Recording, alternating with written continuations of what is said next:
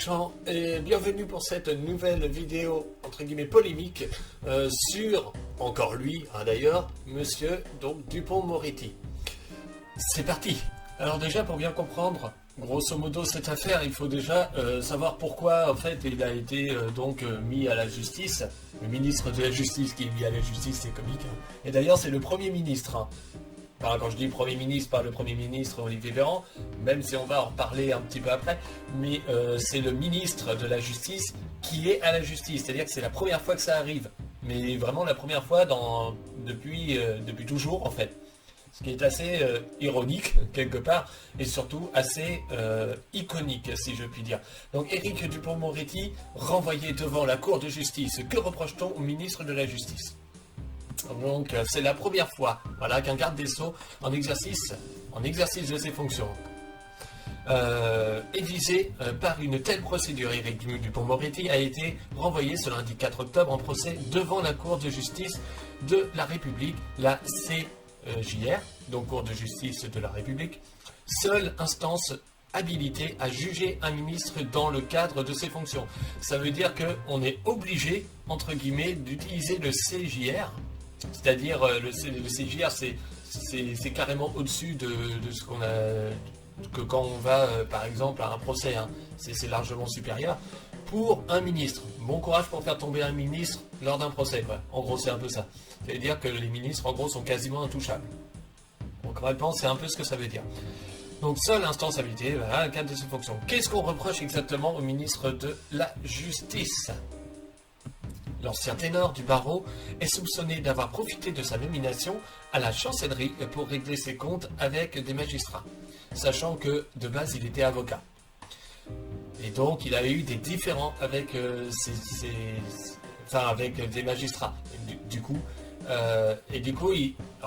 il utilise sa fonction de ministre de la Justice pour entre guillemets se venger. D'ailleurs c'est marqué, la justice lui reproche d'avoir voulu se venger en ordonnant des enquêtes administratives. Une situation intenable, dénonce maître Christophe Clerc, l'avocat des syndicats de magistrats à l'origine de cette procédure. C'est un peu comme si un ancien joueur de footballeur devenu arbitre mettait des cartons rouges à des joueurs qui lui auraient déplu dans les matchs précédents. Sauf qu'un argument comme ça, c'est complètement con, dans l'absolu, puisque concrètement, en fait, il aurait fait front pour éviter que les joueurs soient sur le terrain. Ah bon. C'est un peu bizarre. La comparaison est quand même assez bizarre.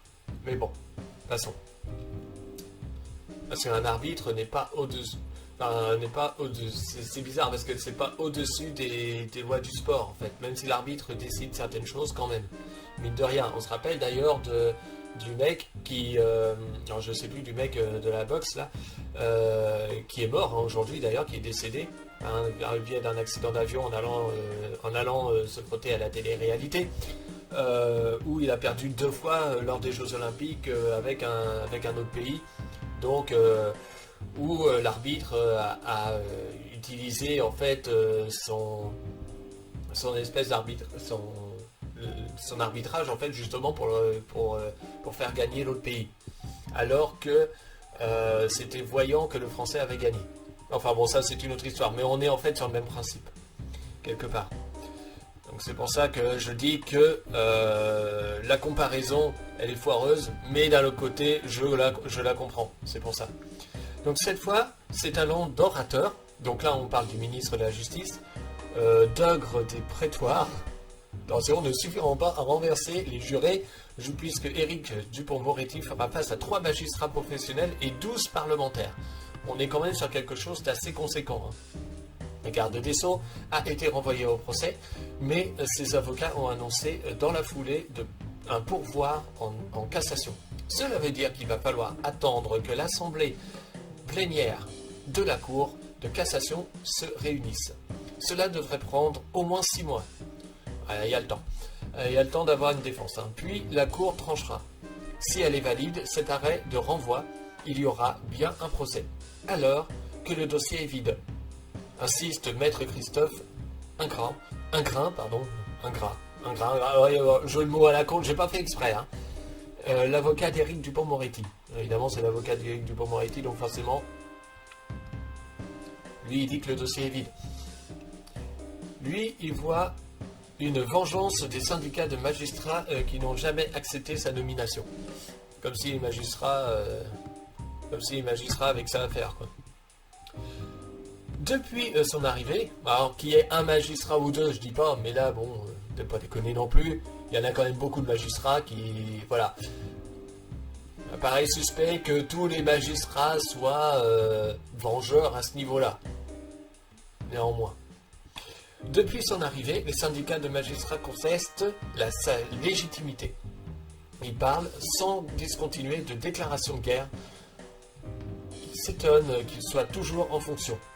Ils ont trouvé dans la commission d'instruction un outil qui leur a donné très momentanément satisfaction. À l'heure où nous parlons, Éric Dupond-Moretti n'est pas renvoyé devant la formation de jugement, note le Conseil. D'ici là, le ministre l'a répété sur tous les tons. Il ne démissionnera pas. Tu m'étonnes.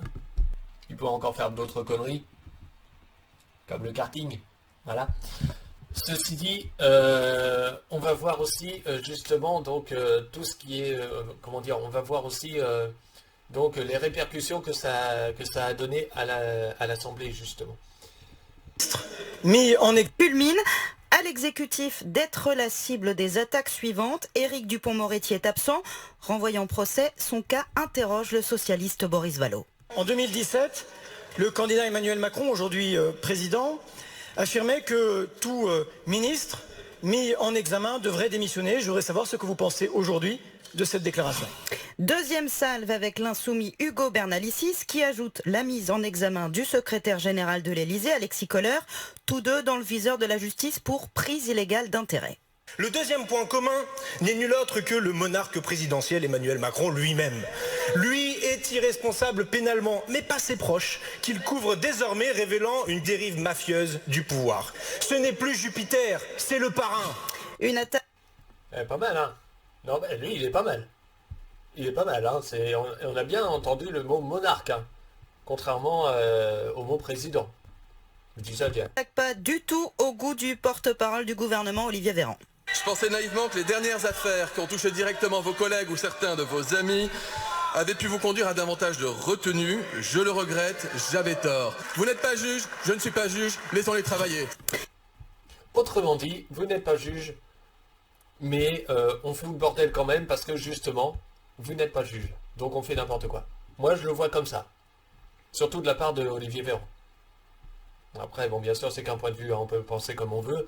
Mais là, on est bien sur quelque chose quand même de dire c'est alarmant, vous n'êtes pas juge, je ne suis pas juge, laissons-les travailler et voilà, faisons, en gros, ne discutons pas, quoi. Fermez vos gueules. En gros, c'est ce qu'il a dit. Donc, ça veut bien dire, on voit la façon de le dire, vous voyez. Hein, la façon de l'orgueil, vous savez, l'orgueil, la vicieuseté de Véran. Hein. Bref, des retrouvailles entre l'exécutif et les oppositions sous très très haute tension. Quel après-midi à l'Assemblée nationale. Roselyne Bachelot, est-ce qu'Éric Dupond-Moretti peut rester garde des Sceaux ? Alors d'abord, je voudrais revenir d'un mot sur l'ambiance. Je dois dire que je l'ai trouvé parfaitement délétère et quand on voit les difficultés du pays, il serait bon que l'Assemblée nationale ne s'égare pas dans des discussions polémiques qui sont finalement de peu d'intérêt. Ça vous manque pas à la reine de l'hémicycle? Alors là, elle dit que c'est des discussions polémiques de peu d'intérêt. Mais on parle bien quand même du ministre de la Justice et de ce qu'il a fait. En fait, c'est bien... Cette discussion polémique, c'est bien la polémique en question sur laquelle elle se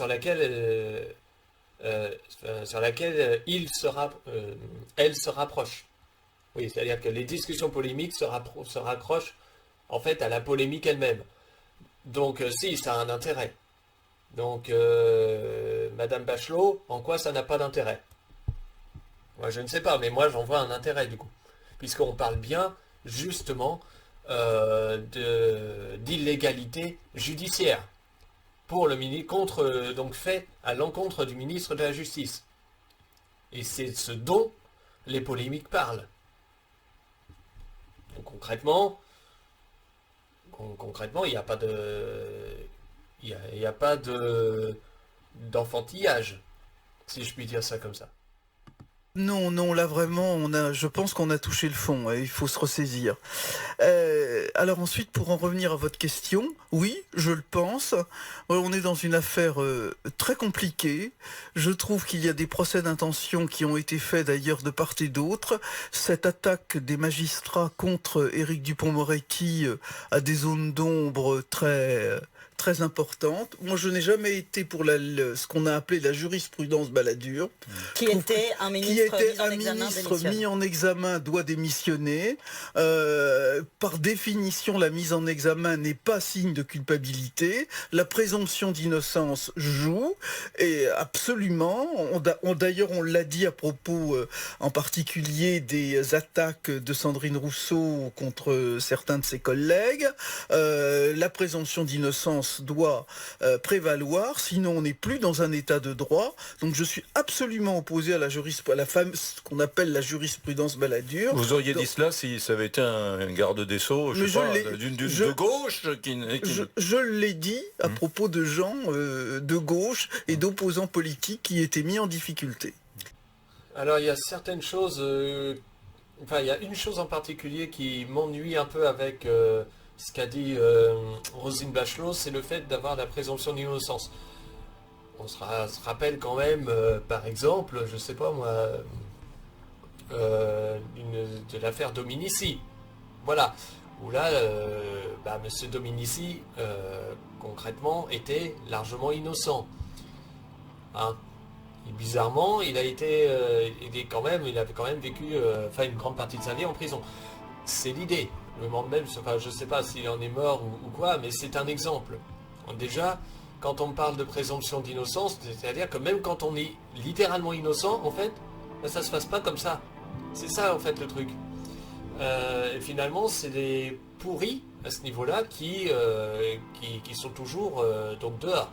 Ça me fait penser aussi à une autre affaire où un homme supposé, donc le Barry, qui a tué tous ses enfants, sauf le bébé. Et l'homme ne pouvait pas matériellement en fait être présent et avoir commis le crime. Il ne pouvait pas en fait faire entre guillemets l'aller-retour comme ça. Et bizarrement, donc il y avait une présomption d'innocence à ce moment-là. C'est même l'innocence même, hein, d'ailleurs, puisque ça a été prouvé qu'il ne pouvait pas le faire. La femme, elle, était présente. Et alors, on a décrété que la femme ne pouvait pas tuer des gens et acheminer des corps. Sauf qu'il y a un problème, c'est que la femme de ménage avait nettoyé le sang, bizarrement, hein, on dirait. Donc le bonhomme ne pouvait pas être là. La femme couchait avec le policier. Le policier était ami avec le magistrat, enfin avec le juge. Tu te dis que à un moment donné, voilà, c'est à un moment donné, il y a quand même des problèmes de justice, quoi. Ça a été fait il y a des années déjà. Donc voilà, quand l'ancienne ministre de la Santé, bon là c'est ministre de la Culture, mais avant elle était ministre de la Santé, là, dit présomption d'innocence, voilà. Mais pourquoi est-ce qu'il y a des affaires où ça n'a pas été appliqué concrètement? Pourquoi? Et par contre, il n'y a pas de présomption. Par contre, les présomptions d'accusation directe, ça se fait, mais bizarrement, avec ces deux affaires-là, ça ne s'est pas fait. Il va falloir m'expliquer pourquoi. Enfin bref. Dites-moi ce que vous en pensez en commentaire de cette histoire. Et puis, je vous dis à bientôt pour une prochaine vidéo sur ma chaîne. Salut!